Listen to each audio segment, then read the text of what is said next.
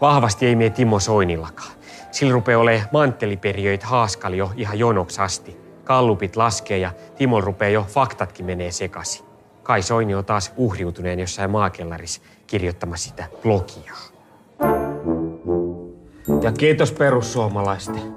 Suomessa saa jatkossakin juoda saunakalia, katsoa spede-elokuvia ja laittaa kaikkiin ruokkiin ketsuppia. Sitä on turha jääkahvi maolaisten yrittää estää.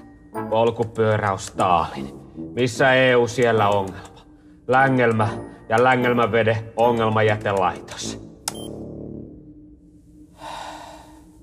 Oi hyvä Jumala. Löytyykö tästä maailmasta yhtäkään ihmistä, joka voisi minun kaltaistani uhrin viittaa kantavaa marttyyriä ymmärtää ja auttaa? Timo, ystävä. Jarisi on täällä. Jari Sarasvuo. Sä kuule, Timo, kuljet nyt tota sun matkaa aika yksin. Noi sun lauseet, ne on hätähuutoja.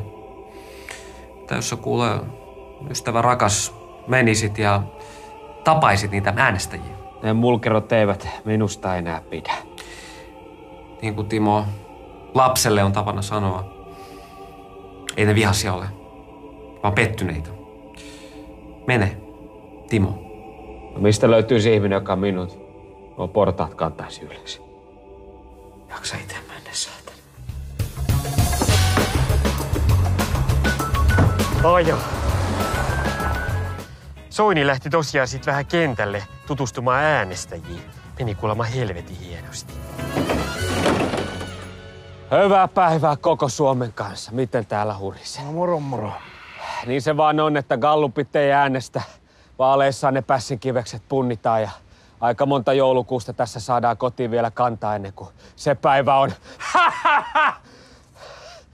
Niin se vaan menee, että hallitusvastuu on sitä, että kun isolla perheellä Linnanmäelle lähdetään, niin väkisinkään ei kaikkiin laitteisiin ehditä.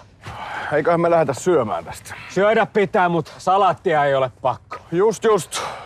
Niin kuin sanassa sanotaan, niin syljellä ne silmät aukee. Joosua ja Kaaleb harhaili luvattussa maassa. Etsi hunajaa ja maitoa. Tunsivat itsensä heinäsirkoiksi jättiläisen kohdatessaan. Mutta isoja emme pelkää mekään.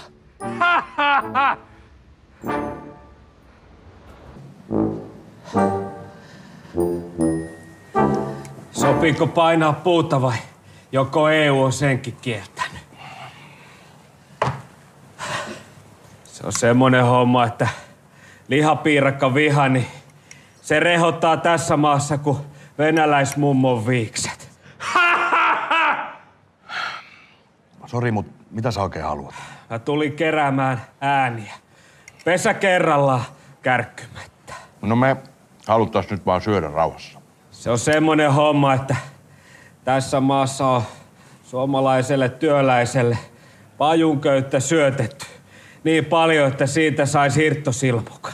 Me haluttais nyt vaan syödä rauhassa ja sen jälkeen juoda nuo meidän kahvit ennen kuin ne jäähtyy. Mikä siinä on, kun tässä maassa kahvikin jäähtyy, niin mikä ne jäävuoret sitten lämmittää ja sulattaa? No sanoppa muuta. Kyllä se niin on, että jooga on Hitler.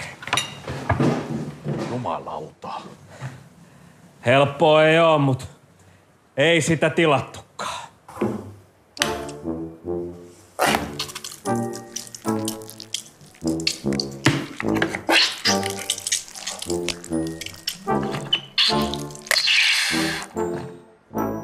Noi. Nyt on Soinin poika yksi. Yksi kuin ravuri kaarteessa.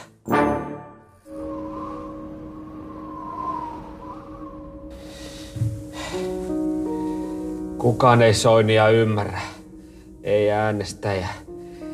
Ei mariseva kenttäväki. Ei kapinoiva puoluehallitus. Timo rakas, mä ymmärrän sua. Mä sanon sulle ystävä, että Suomen kansa, niin se on kiittämätöntä. Suomen kansa on itsekästä. Mutta kansa koettelee, vaan ei hylkää. Hyvä Timo, älä kuule, rakas ystävä, lannistu. Jotta sä, Timo, opit hyppäämään, niin sun pitää ensin mennä kyykkyyn. Sä olet nyt, Timo, vasta toukka, mutta susta on tulossa kaunis perhonen. Hillotolpan näky lohduttaa sankankin sumun läpi. Vankila on vankila vaan vangeille. Vapaamies ei kahleita kaipaa. Pillarikommunistien suunnitelmat sortuu kuin Jerikon muuri. Ja koirapuusto androkyynit vihaavat mökkitikkaa. Sen. Kiitos vaan, Jari.